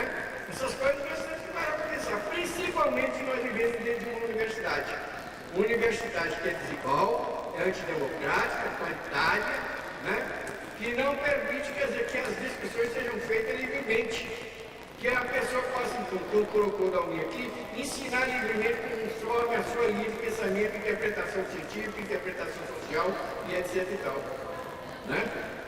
Então isso é muito importante a gente meditar sobre isso, porque hoje às vezes se propõe coisas injustas para dizer que está defendendo justiça. Não. Se houvesse o Estado, conforme está na Constituição brasileira, garantisse justiça para todos, nós não teríamos a desigualdade total como existe na justiça. Aí eu fico lutando para a justiça para o Dalmis, que eles lutar para a justiça para o Zé. Vamos assim. Né? E cada um escolhe o seu caminho e a gente nunca se encontra lá na frente para dizer. Então eu, como militante socialista, tenho essa grande preocupação, porque eu quero lutar pelo ser humano completo. Eu não quero ser neto do braço direito e deixar o cara ficar aleijado porque eu não tenho braço esquerdo. Né? Então eu quero lutar pelo ser humano completo. Não importa que corpo ele é, não importa que altura ele tem, não importa a situação social dele, porque nós temos que fazer que todos tenham essa condição. O tempo é ingrato com a gente, principalmente quando a gente... Então eu pergunto que eu consultaria aos governos, principalmente eu achei muito importante a sua fala sobre a questão da igualdade. É um paradoxo, né? Usar a igualdade para lutar contra a desigualdade, para lutar contra a igualdade, para mim é um paradoxo. Né? Então eu pensaria em analisar vocês. É positivo para nós continuar fazendo o que interessa a classe humana, lutando pela estratificação social?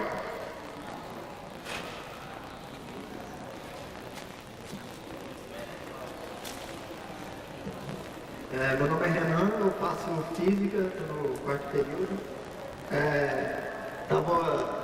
Já desde a semana passada tem esses murais aqui, falando da década de 60, né, 40 anos. E assim, aqui atrás da gente tem uma foto bonita do reverendo Martin Luther King. E assim, no caso, ele é uma figura tanto curiosa, um tanto desafiadora, porque ele sendo um reverendo, ele saía na rua dos Estados Unidos, né, fazendo aquela marcha enorme, né, e também pensar que tem alguns grupos, né, de cristãos, da mesma religião dele, tanto como consideram ele, como até Nelson Mandela, entre outras pessoas, tipo, desconsideram eles como cristãos, com essa algazarra, essa luta que eles faziam dentro da sociedade, assim.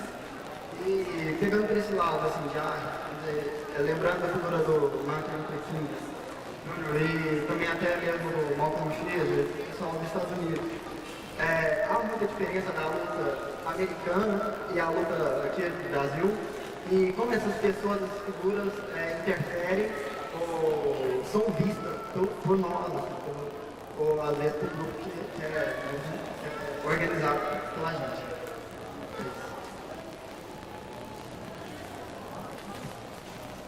André, para encerrar, viu, André? Eu tinha perguntado se tem questões. Rapidinho, porque eu tenho. Porque outro dia aqui no jornal, aí eu não sei se fica condicionado o que a gente vê, porque eu vi no Jornal Nacional. Mas eu já vi por 2 vezes, em tempos passados, eles fazendo uma consulta ao movimento negro unificado. É a expressão que eu guardei, isso no Jornal Nacional. Eu não sei se a gente já fica um pouco desconfiado do Jornal Nacional, porque ele é geralmente tendencioso. Mas as 2 vezes, esse movimento, ele se mostrou categoricamente radical contra as cotas, contra o sistema de cotas. E ele batiu muito na questão do público. A questão aí eu não sei se entra um pouco no caminho do que Irani colocou, ele fala da militância socialista, aí eu faço uma analogia a isso, que eles colocavam a questão de que o que precisa é fortalecer o ente público. Eu entendi o que eles queriam colocar. O que estava acima de todas essas mazelas que caracteriza essas desigualdades, esses preconceitos aí que são arraigados na nossa cultura, na nossa formação, é essa destruição do espaço público, do ente público, da coisa pública. Então, eu acho que é uma coisa eu acho que essa coisa do público dá a questão do completo, do todo. O particular e o privado é uma parte. Né? Então, eu acho que fazendo uma analogia, uma carona com o que o Irani colocou, eu queria complementar e você fazer essa, que vocês vão estar respondendo, né? Sobre essa questão do ente público. Ele não é uma coisa que está acima de tudo. Não era ele que tinha que ser o objeto da nossa luta para que se construa uma sociedade verdadeiramente democrática, como o Irani colocou aqui, né? Então, é com base nisso, e eu lembrei desse momento negligado que eu vi. Eu vou passar agora para o Cosmo, para ele responder, fazer as considerações finais, depois o Anderson, para fechar o Dalmir. Bom, pessoal, eu estou me apressando para vocês pegarem a mesma história, mas eu acho que essa discussão de Copa é uma discussão que precisa ser feita, né? O sindicato precisa trabalhar com mais profundidade na discussão, porque eu pergunto, era democrático escravizar, né? E houve escravos, né? A lei de libertação dos escravos, né, colocou os negros na rua, né, sem nenhuma forma de indenização, né? E a escravidão durou 100 anos, né? Então, para mim, a questão da cota ela é um paliativo, ela não resolve o problema, ela é um paliativo. Então, eu preciso fazer essa discussão para ficar claro que todo negro desse país ele tem uma história. Né? Então, se você não considerar a história, a gente jamais vai entender a questão dessa política de ação afirmativa. Né? Então, vamos olhar para trás e considerar a história. Aí sim, a gente vai estar vendo o porquê dessas ações afirmativas. E aí eu acho parabenizar aqui esse debate, né, e já dizer de antemão que é importante que se faça essa discussão com mais profundidade. Eu vou pedir licença, se sair para pegar meu filho da escola, vou ter que ir debaixo de tudo, mas é necessário. Obrigado. Muito obrigada, Cosmo. Passar para o Anderson.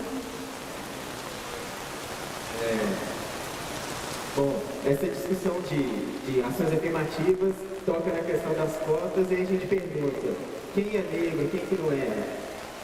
Né? Então, a gente, sem querer, bate na questão da identidade. Só que ninguém é somente negro, igual no meu caso.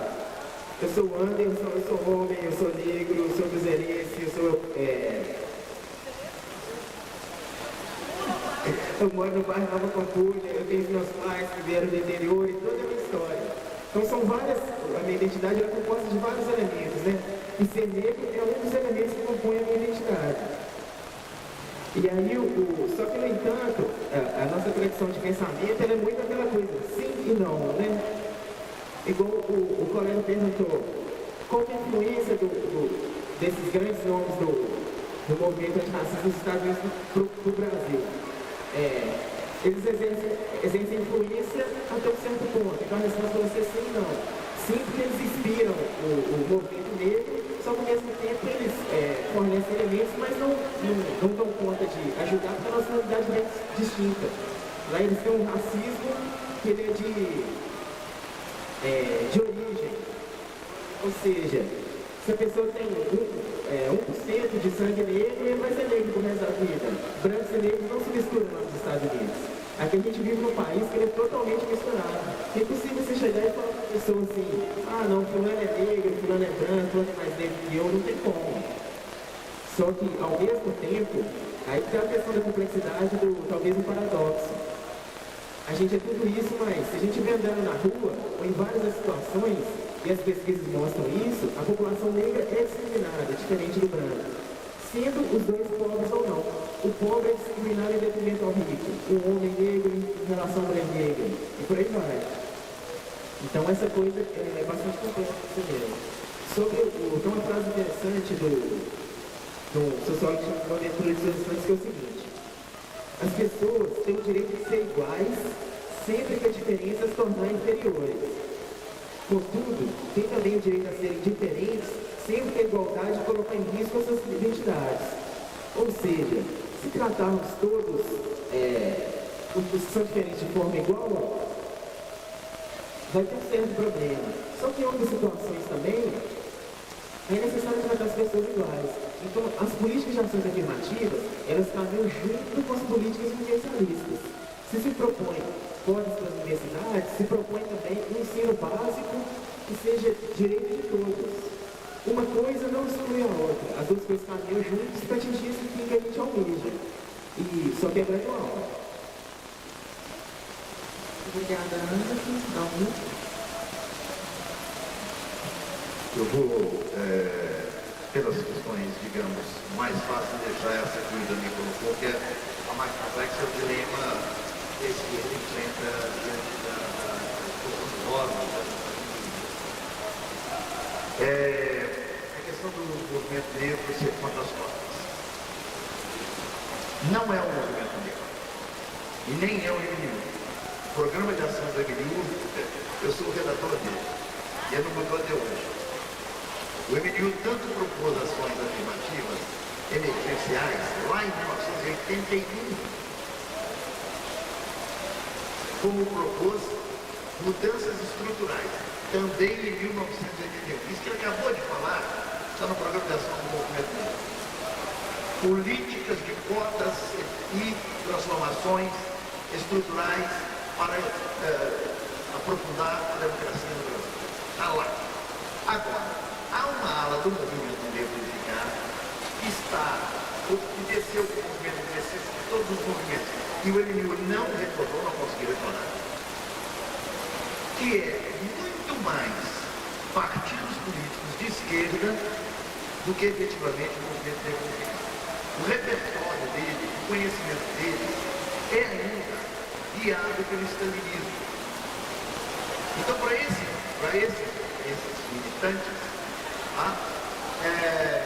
que não consultam o programa de ação do movimento negro, eles falam contra, inclusive, decisões de congresso do MNU lá em 1981, retificado em 82, e eu saí do movimento em 82, exatamente por isso. Porque o movimento não se decidia se ele queria estar com os negros ou se ele queria estar com os partidos de esquerda. Infelizmente, o movimento negro optou por uma militância mais identificada com os partidos de esquerda e não com os negros. O resultado é que ele não elegeu um único vereador em Belo Horizonte até hoje. E os dois membros identificados com o movimento negro em geral,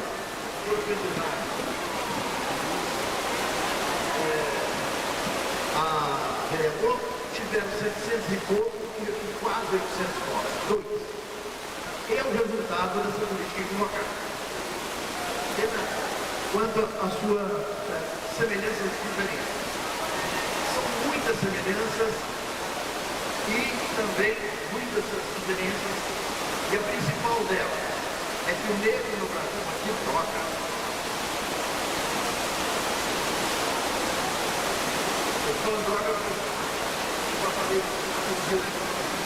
São muitas as semelhanças. A principal diferença é que o negro norte-americano escolheu ser negro diante da impossibilidade de não ser. Aqui no Brasil, por falar que o racismo nosso é outra natureza, é o racismo de purificação do sangue. Então, há a possibilidade de você fazer uma gradação. Há uma possibilidade de você fazer uma gradação do negro de pele mais escura ao negro de pele mais clara. E dizer que o negro de pele mais clara não é negro. Então, há possibilidades efetivas do negro de pele mais clara dizer que não é negro. E tem um amparo da sociedade. É uma discussão para outra hora. A gente retoma isso depois. Para outra questão que você coloca, eu vou em dois campos. Campo 1. Do liberalismo. Do liberalismo e bebe nas águas do rio. Sempre haverá essa contradição entre o particular, o universal e o singular. Todo mundo passa por isso. Em termos da tradição marxista, o Marx afirma, na crítica do programa de Gotha, que a igualdade consiste em tratar de modo desigual as coisas desiguais. Ou seja, não adianta eu querer tratar tudo como se fosse a mesma coisa. Eu tenho que contemplar as diferenças. Eu tenho que sacar as desigualdades para não cometer a injustiça de cobrar de uns o que eu não posso. Ele, inclusive, lá na crítica do programa de Gotha, faz aquela clássica enunciação. O socialismo vai ser o regime tocado por uma ética. Cada um contribui de acordo com as suas possibilidades. Cada um recebe de acordo com as suas necessidades. Quando ele fala que não tem respeito para o socialismo. A terceira questão são as lutas das sociedades contemporâneas e pós-modernas. Nós perdemos todos os nossos referenciais. Não temos mais a verdade. O sujeito é reconhecido no Ocidente como um sujeito que não é plenamente consciente. Não é plenamente consciente. Ele age conscientemente a maioria das vezes. Nós não temos mais a noção da verdade do espaço e do tempo. É tudo construção humana. E, soltos assim no mundo, não temos como pedir um valor universal, porque isso não existe. O que existe é um homem humano concreto na sua luta. Existe um homem humano concreto que trabalha e tem no trabalho a sua única força, no âmbito da possibilidade do nível que tem que apropriar totalmente. Tá? Ele foi chamado no passado de possível classe revolucionária. Mas ele age como um trabalhador na disputa desigual e feroz pelos bens necessários para a sobrevivência. E não tem outra forma para se organizar, se não partir dessa realidade. Ele é e tem origens étnicas, que lhe dão alguns benefícios e outros prejuízos. Cor, diz por isso, é patrimônio. Branco no Brasil tem cor, a cor da pele dele é patrimônio. Do negro também, mas é um patrimônio que custa. Custa discriminação. Todos esses que você colocou são negros. Inclusive o negro que entrou numa área militar, o cara pegou com spray de pimenta e cacetete elétrica. 70% das pessoas queimadas. Bem, o que acontece com um homem concreto? Não abstrato, que não cabe no discurso. Ele, objetivamente, tem que lutar. Então, a luta moderna, a política pela transformação social, passa pela condição concreta do ser humano. Então, a organização hoje é pela condição concreta. É o trabalhador, é o negro, são os diversos grupos ameríndios, é o negro dos Estados Unidos, são os muçulmanos.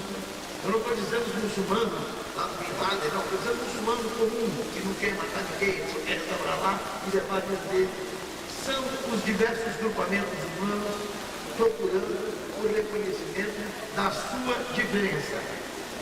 São as mulheres, são os homossexuais, são os portadores de necessidades especiais, são os idosos que têm o direito de envelhecer, assim como a criança e o adolescente têm o direito de crescer. Então a luta se dá hoje no campo extremamente concreto. É possível que essa divisão venha se transformar numa grande corrente transformadora? Algumas lutas nós já temos. Por exemplo, a luta pela ecologia, a luta contra a destruição do planeta. São lutas planetárias que não têm fronteira, que não têm grupo, elas interessam a todo mundo. As lutas para que os alimentos geneticamente modificados sejam mais controlados. Ela é planetária. Tá? Então você tem lutas que no decorrer da luta, nós vamos descobrindo o que nós temos de comum, o que nós temos de universal, o que nós temos, portanto, comum de todos. Mas é a luta que revela isso. Talvez, e eu partilho com o Irani esse pedaço da história, talvez nós ainda não tenhamos conseguido nos livrar de algo que nós tivemos no passado. A ideia de que haveria uma grande solução encarnada num grande príncipe chamado partido para resolver o problema de tudo e todos. Eu acho que o Marx, na crítica do programa de Gotha, ele deixou claro, isto não é possível. Mas o marxismo não avançou além de Marx. Avançou do ponto de vista do Lenin pensar no Estado, mas não avançou além do Lenin. É isso. Né? E aí, certo? O que nós temos nessa luta presente. Não há outra. Não há outra. Então, vai ser assim. Os trabalhadores vão brigar para ter os recursos mínimos para a existência. As mulheres vão brigar para ter o direito de desenvolver todo o seu potencial. Os gays vão brigar porque nós estamos julgados no mundo, seja pela narrativa bíblica, que diz o homem vai cuidar da sua vida já que você não quer o paraíso, seja pela narrativa Nagô. Se vocês quiserem expandir o mundo, atuem para expandir. Se quiserem destruir o mundo, vocês podem destruir. A responsabilidade é de vocês. Então você não pode pedir a um sujeito que diga assim, o meu sexo é do jeito que eu nasci, não. O homem inventa o sexo para ele. Senão todas as mulheres estariam grávidas e o mundo já teria explodido há muito tempo, em termos de população. Nós inventamos um sexo para lá. E não podemos implicar com o homossexual. Agora ele vai ter que ligar por isso. A pessoa que nasce com algum tipo de deficiência vai ter que brigar pelo direito de ser humano crescendo com aquela deficiência, com aquela desvantagem e exigindo que o mundo facilite a vida para ele. A pessoa idosa vai ter que brigar pelo direito de ser idoso. Entrar no ônibus devagarzinho, descer devagarzinho, andar devagarzinho. Quantas vezes a gente irritado quando tem uma pessoa com a idade mais avançada na fila do banco lá.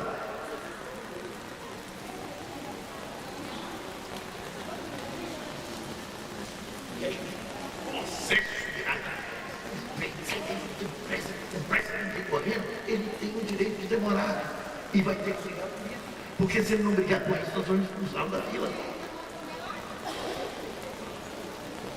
Ou seja, o universal, a luta universal, ela vai se dar a partir da prática, se der. Alguém que vai fazer o dia 28 agora, eu estou encerrando, 100 anos de idade, o Claude Lévi-Strauss. O Claude Lévi-Strauss, ele falava exatamente isso. Não podemos nos consentir o direito de acabar com as diferenças e a diversidade humana.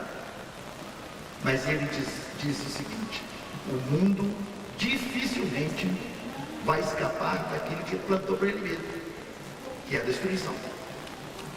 Então eu acho que essa luta fragmentária, atomizada, às vezes sem ligações entre elas, é a forma que o ser humano está encontrando de salvar-se a si mesmo, salvando a diversidade e construindo essa universalidade.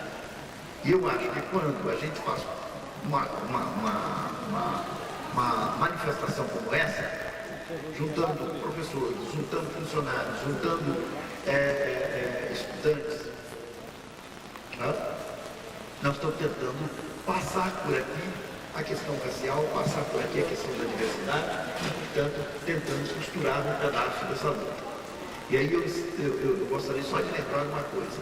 Um grande educador disse uma vez, o Anísio Teixeira, a escola não é o prédio. A escola não são os professores. A escola não são os estudantes. A escola não são os funcionários. A escola é o prédio, os professores, os estudantes, os funcionários, os vizinhos, as famílias dos funcionários, as famílias dos professores, as famílias dos estudantes, a comunidade em torno da escola. Essa é a escola. Então, nada pode ser estranho a essa escola. E procede a reclamação da Rosângela. Se existe discriminação e ações inclusivas para estudantes, por que não para funcionários? Por que não para funcionários? Não tem um programa aqui que é para desenvolver o bem-estar físico e psicológico dos funcionários da UFMG como um todo, professores, alunos, funcionários, todo mundo, não tem? Eu acho que combater racismo, combater machismo, combater homofobia, etc., é um modo da gente aprofundar o nosso bem-estar e o nosso sentimento de pertencimento à comunidade no Estado. Estou muito orgulhoso de ter estado aqui com vocês, agradeço o convite dos Indígenas, me coloco à disposição de vocês para a gente aprofundar esses pontos. Eu tenho de estudos sistematizados sobre a questão do negro e relacionado com partidos políticos, esquerda, etc., 25 anos. Na minha escola não querem que eu faça isso. Mas não é um não querer daquele grupo lá de 20 professores ou de 400 alunos. É um não querer da comunidade inteira que a ninguém reproduziu. Porque silenciar o outro, silenciar o discriminado é torná-lo invisível. E quando você torna o discriminado invisível, o problema você também torna invisível, sobretudo você torna a solução invisível. E a solução custa dinheiro, isto é, o bem-estar custa investimento, o bem-estar custa mobilização, o bem-estar custa mudanças, custa saídas de espaços. Tá? Então é algo que incomoda, que provoca urticária no outro, não quer. Mas a gente tem que convencer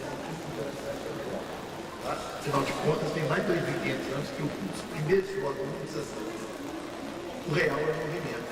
Ninguém toma banho na mesma água do rio 2 vezes. O que define o homem é o movimento. E a tradição narrou diz a mesma coisa. Né? O homem não nasceu para que é feito. O homem nasceu para o movimento.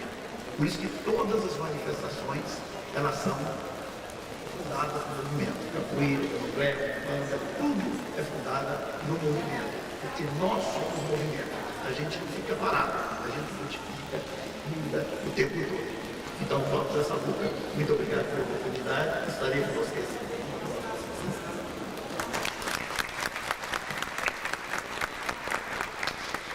Bom, para encerrar, eu gostaria de agradecer a presença do Anderson, do Dauli, dizer que foi um prazer tê-los, né, como companheiros de mesa, e dizer também que para nós, servidores técnico-administrativos em educação, este momento de parar, discutir as questões étnico-racial é fundamental para a nossa Constituição, da nossa identidade enquanto trabalhadores e da nossa identidade enquanto trabalhadores negros.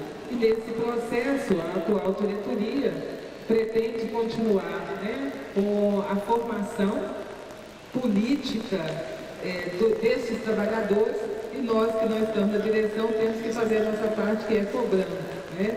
Então, vamos cobrar que outros eventos como esse aconteçam, para que a gente possa trocar, né, ideias, partilhar ideias, porque assim a gente cresce.